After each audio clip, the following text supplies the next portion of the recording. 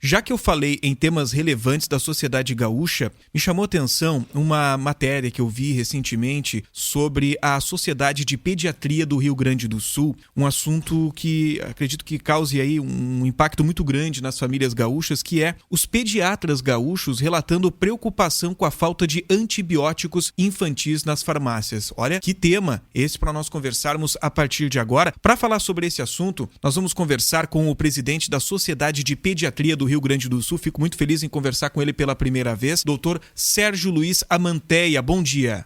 Bom dia, tudo tranquilo? Que, na realidade, esse não é um problema só da população gaúcha, né? É um problema que afeta o Brasil como um todo, né? Sim. A gente conversa com colegas de outros estados e vive uma situação muito semelhante à nossa.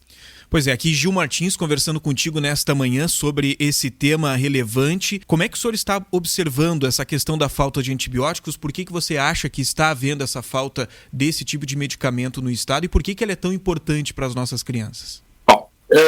Esse problema vem sendo observado mais ou menos há uns 90 dias, começou de uma maneira bem incipiente, né? E a gente começou a ter que, de alguma maneira, fazer substituições e trocas, porque a gente não conseguia acesso às medicações preferenciais que se utilizavam para tratamento das doenças, principalmente sentimos inicialmente a doença respiratória, antimicrobianos e drogas desse tipo. Naquele momento, a gente tinha não vou dizer uma desculpa, mas uma justificativa, que nós tínhamos um problema, vamos dizer assim, na logística de fornecimento da medicação. O que eu quero dizer com isso? Nós tínhamos um lockdown da China, né, que dificultava, então, a liberação de insumos para a produção de medicações, não só antibióticos, mas uma série de medicações. Nós tínhamos a eclosão da guerra da Ucrânia, que, de alguma maneira, também acabava causando algum transtorno vamos dizer assim, no transporte dessas medicações. E nós tínhamos um cenário de uma referida operação padrão da Receita Federal, que, de alguma maneira, dificultava também o acesso à entrada da medicação no país. Então, digamos assim, poderíamos chamar disso como uma dificuldade logística. O segundo problema, que também é importante, nós estamos no período pós-pandemia, e para quem trabalha com criança, nesses últimos 2 anos, nós tivemos aí um relativo cenário de saúde, sob o ponto de vista de doença respiratória, em função do isolamento social. E esse ano, a doença respiratória, ela entrou forte, numa frequência muito maior, e nós tivemos, então, de uma maneira muito súbita, um aumento da demanda. E, muito provavelmente, estoques, tanto de hospitais como da própria indústria,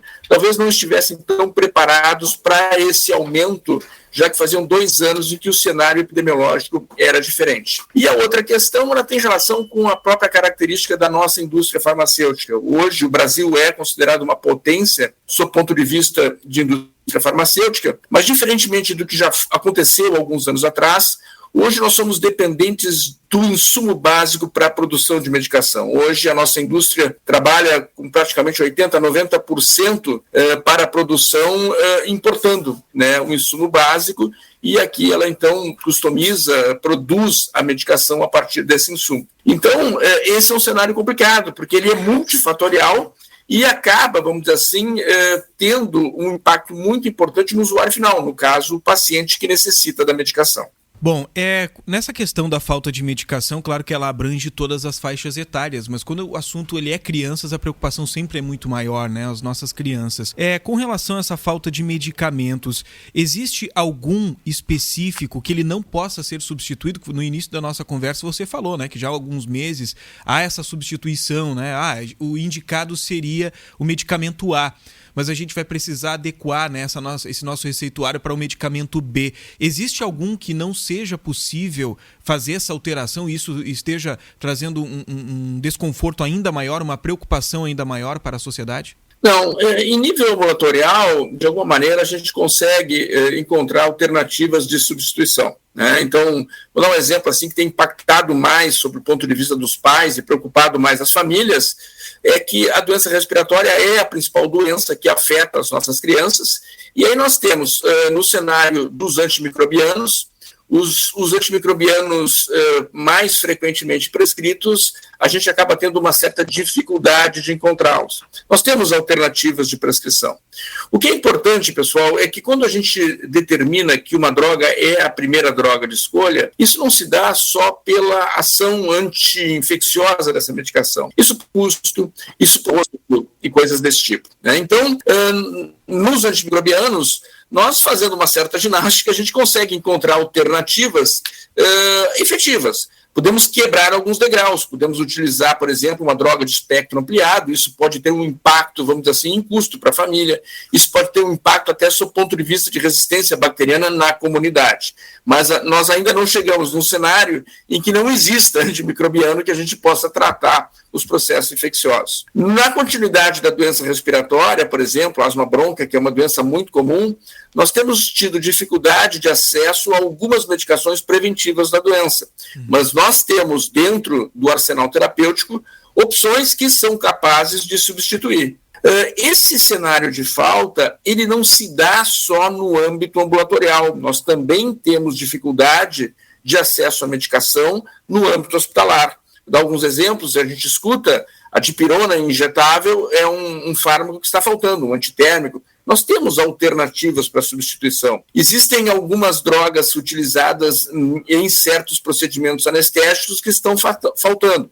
Nós temos alternativas. Agora, o que muda? Muda o custo, por exemplo. São drogas mais caras e isso acaba impactando tanto no custo para o paciente quanto no custo hospitalar. Bom, eu sei que não está na nossa pauta de diálogo, mas eu preciso aproveitar esse nosso momento, essa nossa oportunidade de diálogo para falar sobre um outro assunto que está em voga neste momento, que diz respeito à vacinação de crianças de 3 a 5 anos contra a Covid-19. Sobre esse assunto, como a Sociedade de Pediatria do Rio Grande do Sul está avaliando, qual é a recomendação para os pais nesse sentido sobre a vacinação de crianças de 3 a 5 anos contra a Covid-19? Bom, a recomendação é seguir o calendário vacinal e seguir a indicação do Ministério para vacinar as crianças, né? A vacina que foi liberada para uso no nosso meio é a Coronavac, uma vacina já de amplo conhecimento, vamos dizer assim, nosso, né, no tratamento dessas doenças, mas tem um dado que é muito pouco discutido e talvez seja interessante, né, de ser colocado. Quando começou a discussão de liberação das vacinas para a população infantil no mundo, isso aconteceu mais ou menos em novembro do ano passado. O Brasil, em função daquela consulta pública, acabou retardando o início em mais ou menos 30, 40 dias. Nós já tínhamos uma experiência mundial de mais de 200 milhões de crianças, tá? Vacinadas na China com a Coronavac nessa faixa etária, né? Mais de 200 milhões de crianças é uma população similar à população do Brasil como um todo, né? Então, é uma vacina que encontra segurança para uso, a gente tem ampla utilização até mesmo em faixas etárias pediátricas e uma vacina que demonstra também efetividade na produção de anticorpos a fim de prevenir as formas mais graves de doença. Então, acho que, sim, tem a recomendação de ser vacinada e uma vacina com muito poucos efeitos colaterais, diferentemente do que algumas pessoas preconizam. Bom, aproveitando ainda a nossa oportunidade de diálogo no dia de hoje, outro tema que eu tenho visto muito em evidência, lidando aí com as crianças e adolescentes, é o uso de cigarros eletrônicos. Isso preocupa também, né, os pais, é uma questão de saúde pública, o avanço desse uso de cigarros eletrônicos por adolescentes e jovens. Como é que a Sociedade de Pediatria está vendo isso? Está muito, né? Nós temos já uma nota própria também publicada com relação a esse efeito. Isso é um comportamento disseminado principalmente em adolescentes, que ganhou corpo a partir de uma falsa informação que, por não possuir, vamos dizer assim, nicotina, de alguma maneira não teria efeitos danosos para o pulmão. Na realidade, isso não é o que acaba acontecendo. Nós temos até um cenário, vamos dizer assim, químico, sob o ponto de vista de agressão ao pulmão, mais importante que o cigarro convencional. Hoje nós temos reações químicas, pacientes que desenvolvem doenças pulmonares agudas específicas com alto risco de gravidade e mortalidade pelo uso agudo da medicação. Então é um cenário muito preocupante e é uma questão importante reforçar, ilegal dentro do nosso país, mas que mesmo assim, né, nós temos visto aí o aumento dos usuários, né, e um fator preocupante do ponto de vista de saúde pública como um todo, né? Bom, doutor, obrigado pela sua disponibilidade em conversar com os nossos ouvintes hoje sobre assuntos de tamanha relevância. Acho que é muito bom esses esclarecimentos. Gostaríamos de conversar com o senhor mais vezes, mais oportunidades. Doutor Sérgio Luiz Amanteia, presidente da Sociedade de Pediatria do Rio Grande do Sul. Um bom final de semana para você. Para vocês também, muito obrigado pela oportunidade e espero aí que a gente continue no futuro aí nos encontrar e podermos debater outros tópicos importantes para a saúde das nossas crianças. Grande abraço para vocês. Tchau, tchau. Muito bem, tivemos a oportunidade de conversar com o presidente da Sociedade de Pediatria do Rio Grande do Sul, doutor Sérgio Luiz